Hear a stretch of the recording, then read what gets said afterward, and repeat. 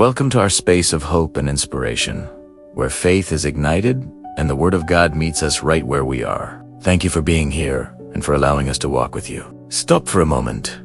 Think about unstructured time. Think about the evening. The biblical text says, "One evening, David got up from his bed and walked around on the roof of the palace." King David, whose army was at war, should have been at the front, but he wasn't.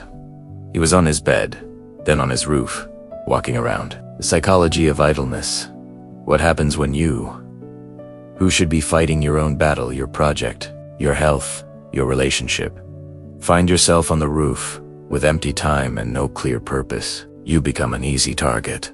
Inactivity is the breeding ground for temptation. The roof is not a workplace.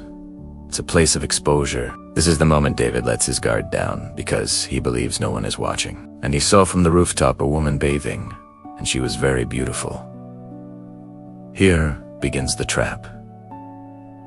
It's not the sight itself, it's what David does with it. The gaze is the first act of consumption. David's first mistake wasn't adultery, it was prolonging the gaze. What was a visual stimulus became a focus of sustained attention. Unconscious communication at that moment.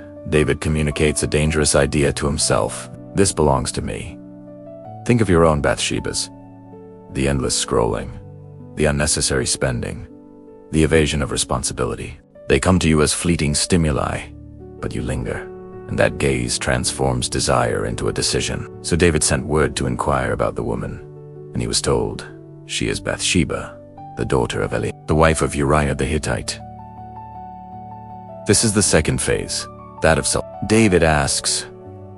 It could have been simple curiosity, but his mind was searching for information to justify an action. The answer he receives is a stark warning. She is the wife of Uriah the Hittite. Uriah was one of his most loyal soldiers, a man on the battlefield doing the job David should have been doing. Marketing mistakes.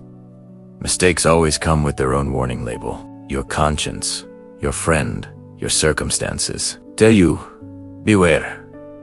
This is Uriah. There is compromise, harm, but David filters the truth. He listens.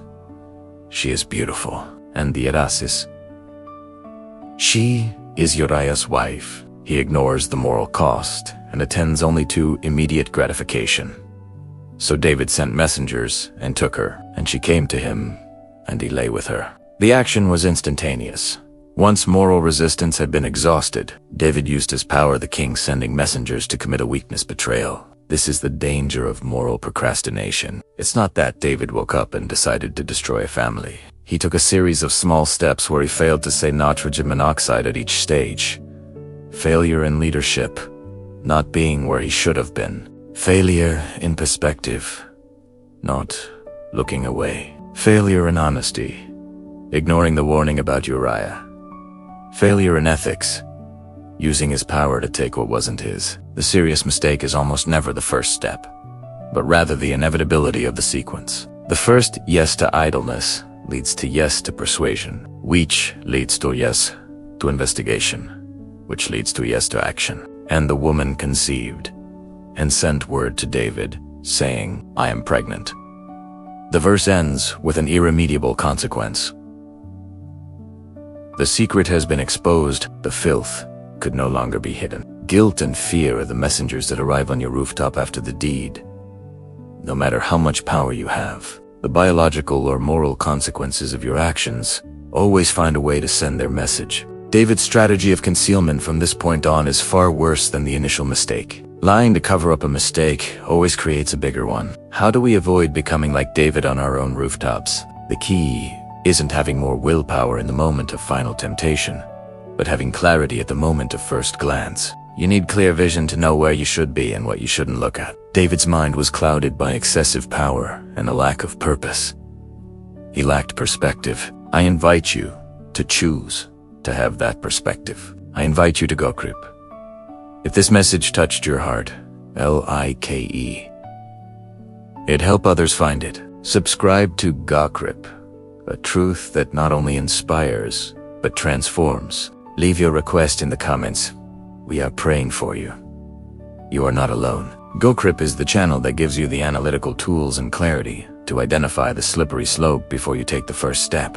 Stop idling on the rooftop of your life. Subscribe, turn on notifications, and start seeing your reality from a watchful eye. Observe clearly. Think deeply. Deeply. Don't let your next afternoon end in a consequence you can't hide. There's still hope. She still has hope, because sometimes it all starts with a glance, but it can end with a renewed heart.